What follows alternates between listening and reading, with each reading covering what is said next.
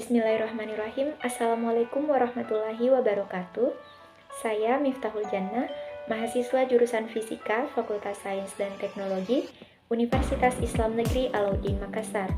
Video ini saya buat untuk memenuhi ujian akhir semester mata kuliah Kapita Selecta. Baik, di sini saya akan mempresentasikan hasil dari review jurnal saya yang berjudul Carbon Dots dari bahan limbah organik kulit jagung sebagai pendeteksi logam berat timbal atau PB. Yang pertama yaitu abstrak. Limbah organik merupakan limbah yang tersusun dari bahan-bahan organik dan dapat terurai melalui proses biologis.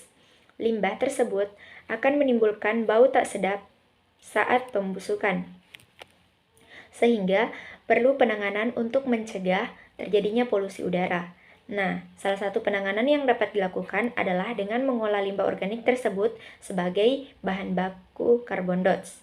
Carbon dots merupakan nanopartikel karbon dari sifat berpendar dan dapat disintesis dari sumber karbon.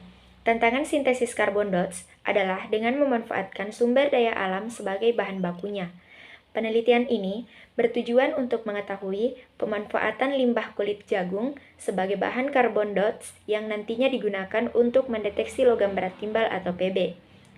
Nah, dalam penelitian ini, metode yang digunakan untuk mendeteksi logam berat timbal yaitu metode microwave. Hasil dari penelitian ini menunjukkan bahwa pada kulit jagung, panjang gelombang yang dihasilkan adalah sebesar 503 nanometer dan intensitas sebesar 10 AU, di mana panjang gelombang dan intensitas carbon dots bergantung pada metode dan komposisi serta konsentrasi yang diberikan. Adapun kata kunci dari jurnal ini yaitu carbon dots, limbah organik, dan sintesis. Selanjutnya yaitu pendahuluan. Meningkatnya aktivitas manusia di rumah tangga menyebabkan semakin bertambahnya volume limbah yang dihasilkan yang saat ini menjadi konsumsi masyarakat. Limbah merupakan bahan buangan tidak terpakai yang berdampak negatif terhadap masyarakat jika tidak dikelola dengan baik. Menurut Putra tahun 2011, limbah merupakan zat sisa yang dihasilkan karena pembuangan sampah atau zat kimia dari pabrik-pabrik. Limbah juga merupakan suatu bahan yang dapat menyebabkan pencemaran lingkungan. Limbah dapat menimbulkan penyakit seperti cacat janin, kematian, bahkan pemutusan mata rantai kehidupan organisme. Limbah dapat berbentuk cair, padat, maupun gas. Menurut Mahida tahun 1984, limbah merupakan sisa dari suatu usaha maupun kegiatan yang mengandung bahan berbahaya atau beracun yang karena sifat, konsentrasi, dan jumlahnya, baik itu secara langsung maupun tidak langsung, dapat membahayakan lingkungan. Sedangkan menurut Waluyo tahun 2010, bahan yang sering ditemukan dalam limbah antara lain senyawa organik yang dapat terdegradasi, senyawa organik yang mudah menguap, senyawa organik yang sulit terurai, logam berat yang toksik atau beracun, padatan tersuspensi, nutrien, mikroba patogen, dan parasit. Menurut Waluyo tahun 2010, limbah berdasarkan senyawanya dibagi menjadi dua, yaitu limbah organik dan limbah anorganik. Limbah organik merupakan limbah yang mengandung unsur karbon. Contohnya, limbah yang berasal dari makhluk hidup dan dapat terurai oleh bakteri pengurai atau dekomposer, seperti kotoran hewan, sisa makanan, dan sisa tumbuhan. Sedangkan limbah anorganik merupakan limbah yang tidak dapat diuraikan oleh dekomposer dan bukan berasal dari makhluk hidup, contohnya plastik, botol, besi, dan lain-lain. Limbah yang sering dianggap merugikan dan dapat membawa dampak negatif bagi lingkungan dapat diolah menjadi berbagai macam hal. Salah satunya adalah dengan memanfaatkan limbah organik sebagai bahan carbon dots.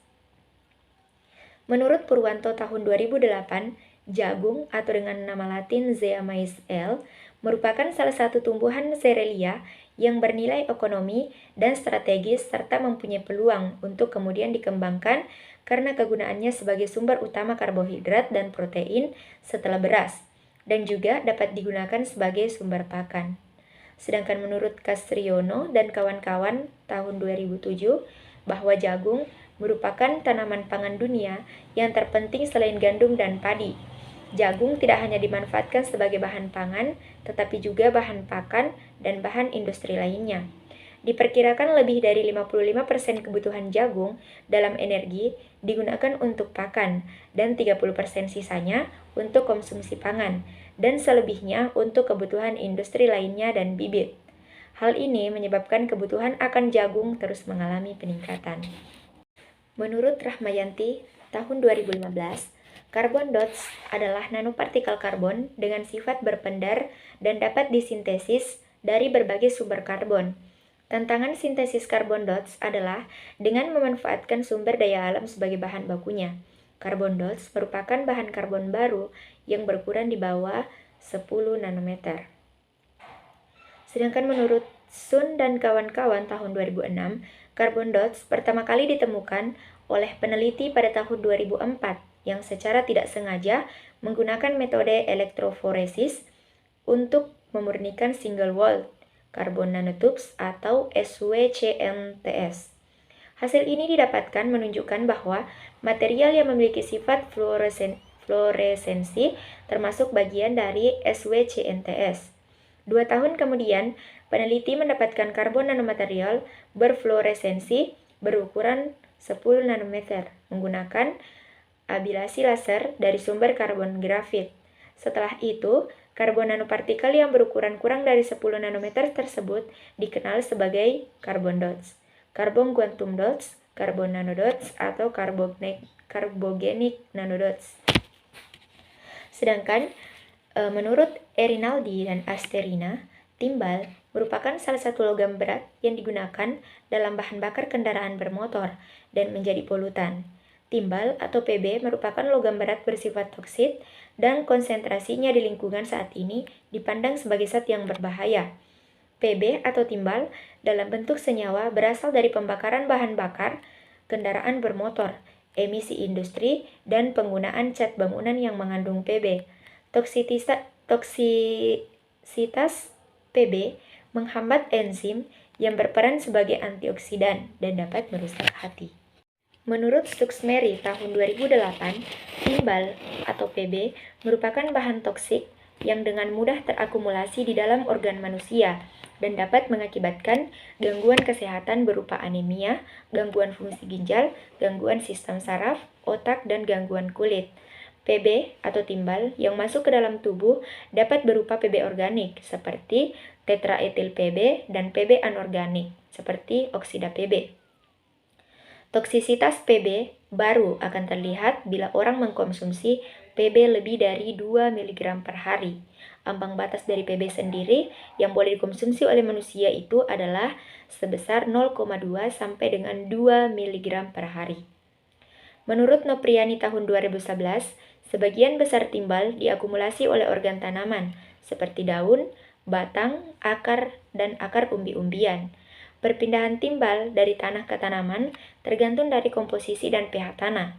Konsentrasi timbal yang tinggi itu adalah sekitar 100-1000 mg per kilogram, yang akan mengakibatkan pengaruh toksik pada proses fotosintesis dan pertumbuhan, sehingga timbal hanya mempengaruhi tanaman bila konsentrasinya tinggi. Selanjutnya adalah hasil dan pembahasan. Karbon dots yang berkualitas tinggi, murah dan sederhana dapat disintesis dalam skala besar. Bermacam-macam metode sintesis telah dilaporkan. Metode tersebut secara umum diklasifikasikan menjadi 2 kelompok utama, yaitu metode top-down dan bottom-up.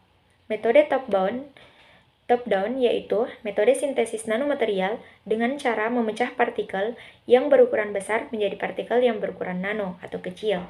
Karbon dots diperoleh dari pemotongan sumber karbon seperti karbon nanotubes, karbon fiber, karbon black, dan lain-lain.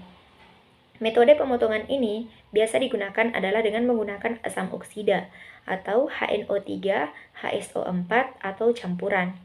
Contohnya yaitu metode arc exchanger, laser ablation, dan oksidasi elektrokimia, sedangkan metode bottom up merupakan metode sintesis yang dimulai dari molekul-molekul kecil menjadi partikel berukuran nanometer, seperti yang kita inginkan. Misal, molekul-molekul kecil seperti glukosa dan fruktosa yang nantinya dipersiapkan untuk sintesis karbon dots. Metode bottom up merupakan metode yang efisien untuk menghasilkan carbon dots dalam skala besar. Contoh dari metode ini yaitu hydrothermal, combustion, microwave, dan ultrasonic. Menurut Jane et al. Tahun 2009, untuk mendeteksi logam berat timbal, dalam penelitian ini digunakan salah satu metode, yaitu Microwave Assisted Extraction. Microwave Assisted Extraction atau MAE merupakan ekstraksi yang memanfaatkan radiasi gelombang mikro untuk mempercepat ekstraksi selektif melalui pemanasan pelarut secara cepat dan efisien. Sedangkan menurut Sells et al. Tahun 2010, dari beberapa hasil penelitian, MAE atau Microwave Assisted Extraction meningkatkan efisiensi dari efektivitas ekstraksi bahan aktif berbagai jenis rempah-rempah, tanaman herbal, buah-buahan, dan lain-lain. Gelombang mikro mengurangi aktivitas enzimatis yang dapat merusak senyawa target. Menurut Pan Z tahun 2011, metode MAE digunakan untuk memilih senyawa tertentu yang ditargetkan dari bahan mentah. MAE menggunakan energi dan radiasi microwave untuk memanaskan pelarut dengan cepat dan efisien. Teknologi eksperimentasi ini menggunakan aplikasi termal berdasarkan efisiensi produksi panas atau selektif.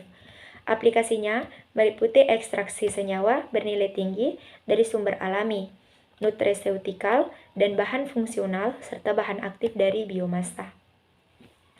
Menurut Alupului tahun 2009, pada proses microwave terjadi absorpsi gelombang microwave oleh bagian tanaman yang menyebabkan pembengkakan dan ledakan sel melepaskan komponennya pada fase liquid.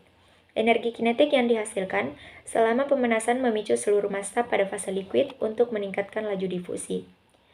Sedangkan menurut Avoa tahun 2012, ada pun beberapa faktor yang perlu untuk kemudian diperhatikan dalam menggunakan MAE, itu antara lain yang pertama, pemilihan jenis pelarut, lama penggunaan microwave, daya microwave, keunikan matriks, pengaruh kontraks, luas area sampel, efek temperatur terhadap senyawa yang diekstrak.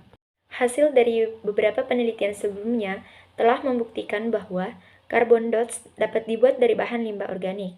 Pada tahun 2017, Fatima dan kawan-kawan telah melakukan penelitian tentang carbon dots dari bahan limbah organik dengan memanfaatkan limbah sayur, yaitu sawi, kentang, dan biji jagung dengan memanfaatkan metode green synthesis berbasis microwave assisted, yang menunjukkan bahwa bahan dari limbah organik dapat disintesis menjadi carbon dots dengan efektif. Menurut Nadira Nurativa tahun 2018, ia juga telah melakukan penelitian mengenai carbon dots berbahan dasar limbah organik untuk diaplikasikan sebagai sensor pendeteksi ion logam berat dengan memanfaatkan bahan limbah organik basah, yakni mengekstraksi kulit buah semangka dan kulit kacang dengan metode sintesis bottom up dengan dua variasi teknik, yakni teknik hidrotermal dan radiasi gelombang mikro. Selanjutnya pada tahun 2020, Siti Fatimah juga telah melakukan penelitian serupa tentang sintesis carbon dots dari limbah pisang Cavendish dengan menggunakan metode bottom up, pemanasan microwave yang digunakan untuk mengetahui sifat optik berupa intensitas pendaran dan panjang gelombang pendaran yang dihasilkan. Nah, dari penelitian ini dapat disimpulkan bahwa sintesis carbon dots dari bahan limbah organik cukup baik digunakan karena selain efektif, limbah organik juga efisien, ekonomis, dan ramah lingkungan.